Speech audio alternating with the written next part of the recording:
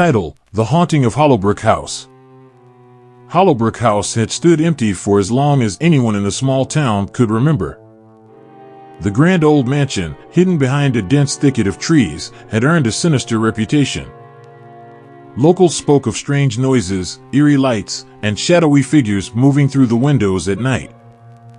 But no one had dared to enter. That changed when Sam, a curious and adventurous teenager, decided to spend a night in the house. He had heard the legends and wanted to prove that they were nothing but old wives' tales. Armed with a flashlight and a sleeping bag, he crept through the underbrush and entered through a broken window. Sam's first night at Hollowbrook House was uneventful. He wandered through the dark, dusty corridors and explored the cobweb-covered rooms. There was no sign of any paranormal activity. He set up his sleeping bag in the master bedroom, scoffing at the idea of ghosts and ghouls. But as the night wore on, a feeling of unease crept over him.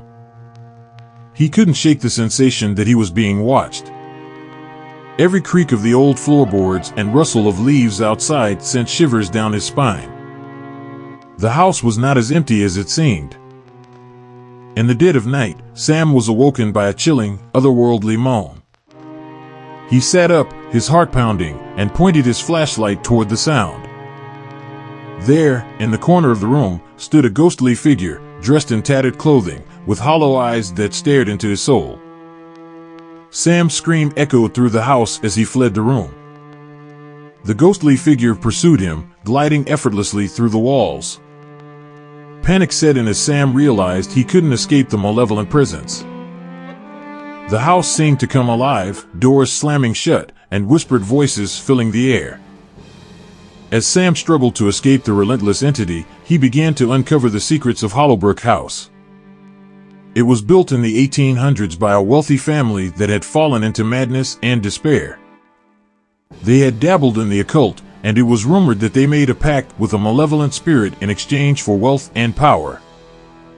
The spirit had consumed them, driving them to commit unspeakable acts. The house became a breeding ground for evil, a place where darkness festered. Those who entered were trapped, just as Sam was now. He had to find a way to break the curse that bound him to the malevolent entity. With each passing day, Sam's sanity crumbled. He couldn't escape the relentless torment of the vengeful spirit. He found a hidden diary belonging to one of the family members and discovered a ritual that might banish the malevolent presence. He had to perform it, no matter the cost. Sam gathered the necessary items, including a silver dagger and a blessed candle. As he recited the incantation in the darkest corner of the house, the malevolent entity materialized before him, its rage palpable. With a trembling hand, Sam thrust the dagger into the heart of the spirit. A bone-chilling scream filled the house, and then, silence. The malevolent presence dissipated, leaving Sam drained but victorious. He had broken the curse, but the house still held the scars of its dark past. After his harrowing experience, Sam left Hollowbrook House, never to return. The mansion remained empty, its malevolence subdued but not eradicated. The townsfolk still avoided it, aware of the darkness that lingered within. Hollowbrook House would forever be a haunted, forsaken place, a reminder of the horrors that could befall those who dared to enter.